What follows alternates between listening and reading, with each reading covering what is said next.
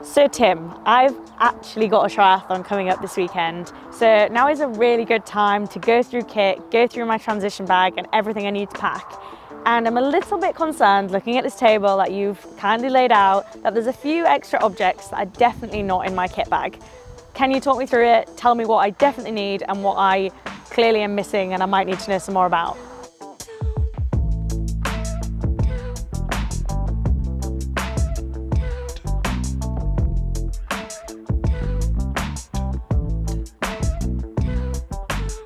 Maybe you don't need everything on here, but rather prepare for the worst and hope for the best. So obviously you need your bike, you need your wetsuit, you need a pair of goggles. I always race with clear lenses because you start in the morning, it might be overcast, you can see the buoys. Always take a spare pair of goggles with you. Because if anything happens, you don't want to be flapping around just before the start. You need a swim hat. They always give you a swim hat, but you definitely need to take your own. If it's a bit cold, then you can wear two swim hats, simple like that. So that's the swim. Also, you don't want to chafe. So I always use like a non-chafing, like a body glide or something like that. But then I also take an organic Vaseline, just so it's a bit thicker around here. And then because you've got your race suit under your wetsuit, you might chafe under your arms, so you can use something that's a bit stronger than just that kind of body glide. So that's kind of like the swim. So the swim, we've got 2 pairs of goggles, an extra swim cap, a wetsuit, and a body glide or Vaseline. And your race suit. And a race suit, okay. So, done. Yep. Onto the bike, you obviously need your bike. You probably need, how far's your race? Is it a half distance? Half distance. So you probably need 2 water bottles minimum, but I would always take a third. I'd actually take 4 because then you've got 2 on your bike and then you can leave one in transition. So when you come off the bike, you might want a swig of it, or you just have a spare bottle just so you've got it. As I say, rather prepare than not. You need your helmet. Make sure you've got your stickers on. You often have to put your race number on and your cycling shoes. If you are doing a flying mount and your cycling shoe is connected to your bike, I would definitely recommend elastic bands. We can cover that in another video. I can guarantee I will not be doing that, but if you are. You need a number belt. So if you're doing a thin number belt, some people, you know the elastic laces for running shoes? Just like these. Some people make a number belt out of that. Then you need safety pins.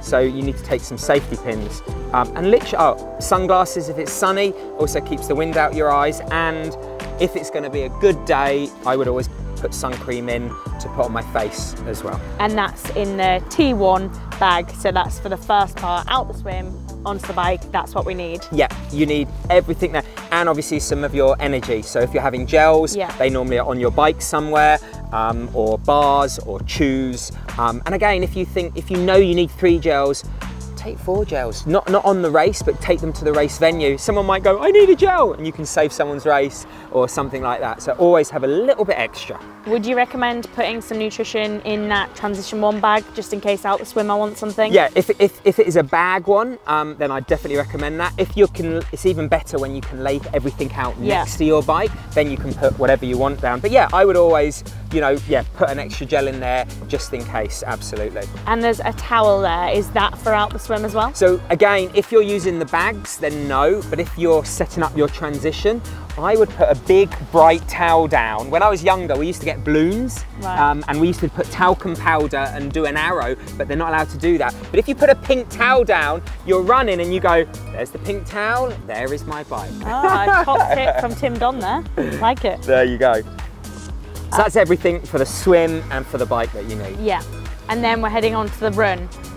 So you're coming off the bike, you then obviously need your running shoes. If you're running in socks, you need your socks. Some people like a bit of talc in their shoes, but by this stage, I think your feet are pretty dry. I like to run with a baseball hat, so I stick my baseball hat on. Again, you've got your number belt already on, so you flip it round, and you need, I like to have my own nutrition as opposed to take the gel that the race organizer provides. So I put a couple of extra gels in. So that is literally it for the swim, T1, bike, T2, and the run. But there are other things you need. There are some things here, like let's talk about this. This has never ended up in my transition bag before. This is going to be your best friend. When you are queuing for those portaloos and you're needing to go to the bathroom, which most people do, and someone says, there's no toilet paper in this one, there's no toilet, you can smugly, you're going to be everyone's best friend, and especially if it's the quilted type. So I always take that. I always take scissors and zip ties. You never know what you're going to need scissors or zip ties for, so that's me personally. I always take a bin bag. So sometimes I raced last year and it was really cold race morning and we had to walk to the swim start and I didn't want my wetsuit on. So I cut a hole in the bin bag and put it over me and it kept me warm. Wow. But the other side is if you don't need a bin bag, when you finish the race, you've got your wetsuit, you've got your stinky running shoes, your stinky cycling shoes, you can throw everything into the bin bag and take it away with you.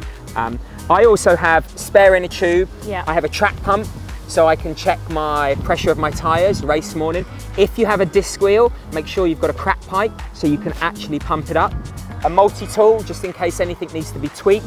They do say you don't need to bring a track pump, there's always track pumps around. For me, I like to be in control of my own destiny and so I can look after that. Also, if it's cold, I like these go over your bike shoes and they're neoprene, so they just keep your toes warm if the weather's not so good. And most important thing is a map of the course. So you know where the course is. The night before, you take it back to your room, and then just before you go to bed, you can go, oh yeah, the aid station is at 30k and then at 70k, or oh, the hill is where, just so you've got it in your mind. So there is a lot, but if you start planning a week out and you can pack lots of this a week before, you really can.